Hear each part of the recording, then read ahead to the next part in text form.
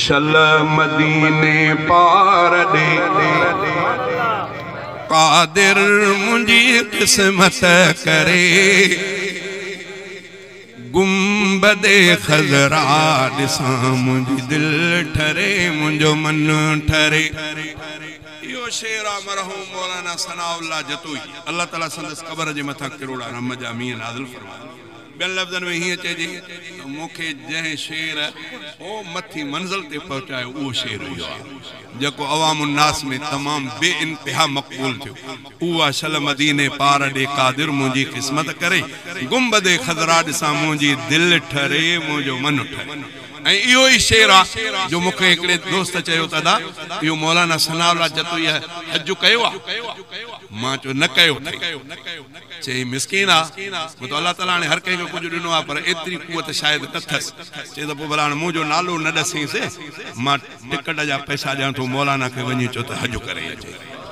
इहो शेर चई चल मदीने पार दे कादिर मुंजी किस्मत करे गुंबदे खजरा दिसा मुंजी दिल ठरे मुंजो मन ठरे गुंबदे खजरा दिसा मुंजी दिल ठरे मुंजो मन ठरे। शल मदीने पार दे कादिर मुंजी किस्मत करे गुंबदे खजरा दिसा मुंजी दिल ठरे मुंजो मन ठरे। ओ बेकार बेसमरा हिया कोई समर कोने अदा हितड़े रहा प्यो सिंध में मिठड़े मोहम्मद खां जुदा की नथो निकरे कुणो ऐं पंध बिया ॾाढो परे गुंबदे खजरा दिसा मुंजी दिल ठरे मुंजो मन ठरे। ओए पहुंची पीरिया जे पार दे मां रोज़ अतहर दिसा पाक पैगंबर पीरिया जे पाक पिंजरे खे पसा जह नबी निर्मल बिना मुंजी नथी सात सरे गुंबदे खजरा दिसा मुंजी दिल ठरे मुंजो मन ठरे। शल मदीने पार दे कादिर मुंजी किस्मत करे गुंबदे खजरा दिसा मुंजी दिल ठरे मुंजो मन ठरे।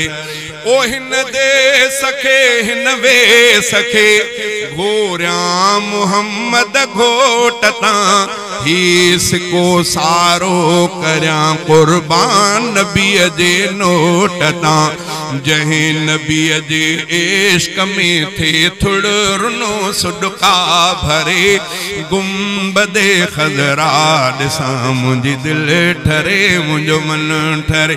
ओ आए सनाउल्लाह जतोई मुल्क मदनी जो मिठो को नथो विसरे उन खां जिने बनी डोरे डिठो। ओ आए सनाउल्लाह जतोई मुल्क मदनी जो मिठो को नथो विसरे उन खां जिने बनी डोरे डिठो को नथो विसरे उन खां जिने बनी हे कर डिठो भाग थियन उन जा भला जे को मदीने में मरे गुंबदे खजरा दिसा मुंजी दिल ठरे मुंजो मन ठरे।